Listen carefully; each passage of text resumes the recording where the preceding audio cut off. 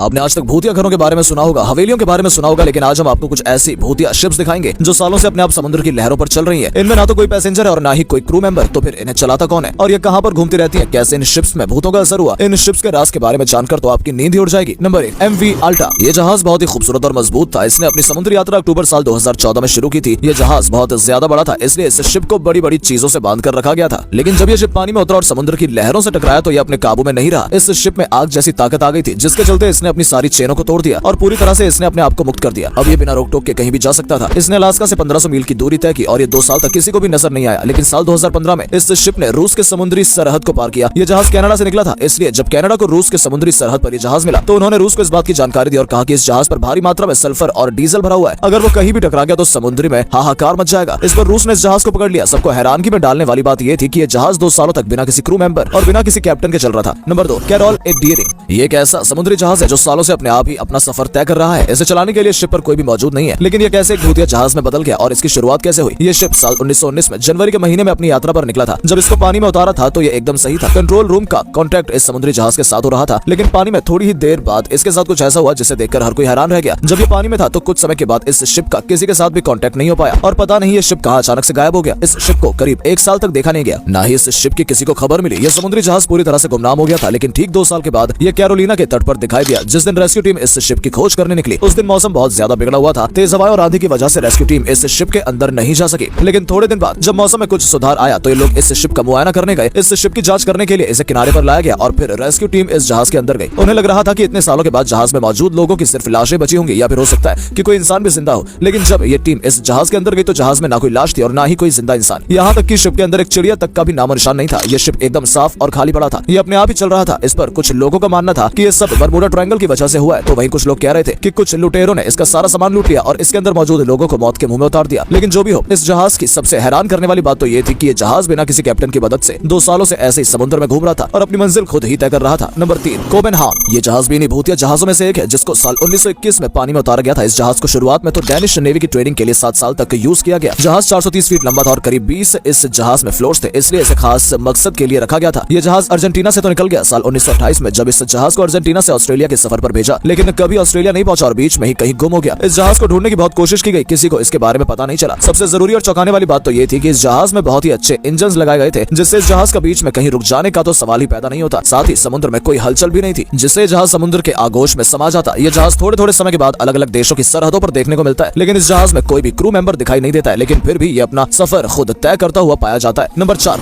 ऑक्टावियस। ये एक ट्रेडिंग जहाज था जिसने अपना सफर साल 1761 में शुरू किया था। ये जहाज चीन और लंदन के बीच की दूरी तय कर रहा था, लेकिन ये अपनी मंजिल पर जाने से पहले गायब हो गया। इस जहाज पर इसका कप्तान मौजूद था, लेकिन आखिरी बार जब कप्तान ने कांटेक्ट किया तो बताया कि वो मुसीबत में है, इसलिए वो इस जहाज को नॉर्थ वेस्ट पैसेज के तट पर ले जा रहे हैं। लेकिन समस्या ये थी कि जिस रास्ते को कप्तान बड़ी ही बहादुरी से चुन रहे थे, आज तक कोई भी जहाज वहां जाकर जिंदा वापस नहीं आया था। लेकिन इस जहाज का कैप्टन इतिहास के पन्नों में अपना नाम दर्ज करना चाहता था, इसलिए उसने ये जोखिम भरा कदम उठाया। लेकिन ये जहाज ना तो कैप्टन के बताए हुए रास्ते पर पहुंचा और ना ही दोबारा कहीं दिखाई दिया। ये शिप कप्तान को लेकर एक ऐसे इलाके में पहुंच गया जिसका कोई भी नामो निशान देखने को नहीं मिलता है। नंबर 5, द बेल अमिका। ये भी भूतिया जहाजों की लिस्ट में शुमार है। इस जहाज को 24 अगस्त 2006 में मेडिटेरियन आइलैंड पर देखा गया था। इस खौफनाक जहाज को इटली के कोस्ट गार्डिया तट रक्षक ने खोजा था। जब इस जहाज को कोस्ट गार्डिया ने दूर से देखा तो इसे देखकर उन्हें लगा कि इस जहाज पर कोई भी मौजूद नहीं है। ये जहाज चट्टानों की तरफ जा रहा था, जिसके डायरेक्शन को देखकर कोस्ट गार्डिया ने इसे सबसे पहले दूसरी तरफ मोड़ा और फिर कोस्ट गार्डिया ने अपने ग्रुप के दूसरे लोगों से कहा कि तुम लोग इस जहाज की अच्छे से छानबीन करो और इसका पता लगाओ। अभी किसी को भी नहीं पता था कि ये जहाज कैसे यहाँ पर आया है, लेकिन जब इसके अंदर जो चीजें मिली तो उसे देखकर लोगों के मन में और सवालों की बारिश होना शुरू हो गई। इस जहाज में मिस्र देश का फूड रखा हुआ था, जिसे किसी ने आधा खाया था। साथ ही नॉर्थ अमेरिका का मैप भी रखा था, जिन्हें फ्रांसीसी भाषा में लिखा गया था। इसके साथ ही इसमें एक देश का झंडा भी रखा था। इन सब चीजों को देखकर कोई भी ये समझ नहीं पा रहा था कि जब इस जहाज पर कोई मौजूद नहीं था तो फिर ये सब सामान आया कहां से। यही एक रहस्य बनकर रह गया। Number 6, the jenny. ये जहाज भूतिया जहाजों की लिस्ट में पहले नंबर पर आता है। इस जहाज ने भी दूसरे जहाजों की तरह अपनी सफलतापूर्वक यात्रा तय तो की, लेकिन अपनी मंजिल पर नहीं पहुंच पाया। इस जहाज को साल 1822 में समुद्र में उतारा गया था। ये जहाज इंग्लैंड का था। ये जहाज 1 साल बाद यानी 1823 को अपने सारे क्रू मेंबर के साथ अंटार्कटिक महासागर की लहरों में खो गया था। फिर यह जहाज ठीक 17 साल बाद दिखाई दिया। व्हेल मछली की तलाश करने वाले हॉप शिप ने इसकी खोज की। इस जहाज को जब खोजा गया तो इसके अंदर जितने भी क्रू मेंबर थे वो सभी मरे हुए थे, लेकिन उनकी लाशें बिल्कुल सही सलामत थी। सारे ही लोग बर्फ में जकड़े हुए थे और जो इसका कैप्टन था वो टेबल पर बैठे बैठे ही बर्फ में जम गया था। साथ ही कप्तान की किताब भी उसी टेबल पर थी और लास्ट एंट्री में कप्तान ने 4 मई साल 1823 को की थी और इसमें उन्होंने लिखा था कि इस जहाज पर मैं ही अकेला जिंदा बचा हूं और मुझे 71 दिनों से कुछ भी खाने के लिए नहीं मिला है। बहुत से लोगों को ये बात एकदम झूठ लगती है, तो कुछ लोगों का मानना है कि ये सच है। आपको क्या लगता है? कमेंट में लिखकर बताएं। दोस्तों, आप इनमें से किस भूतिया जहाज के बारे में पहले से जानते थे? कमेंट सेक्शन में लिखकर जरूर बताएं। धन्यवाद।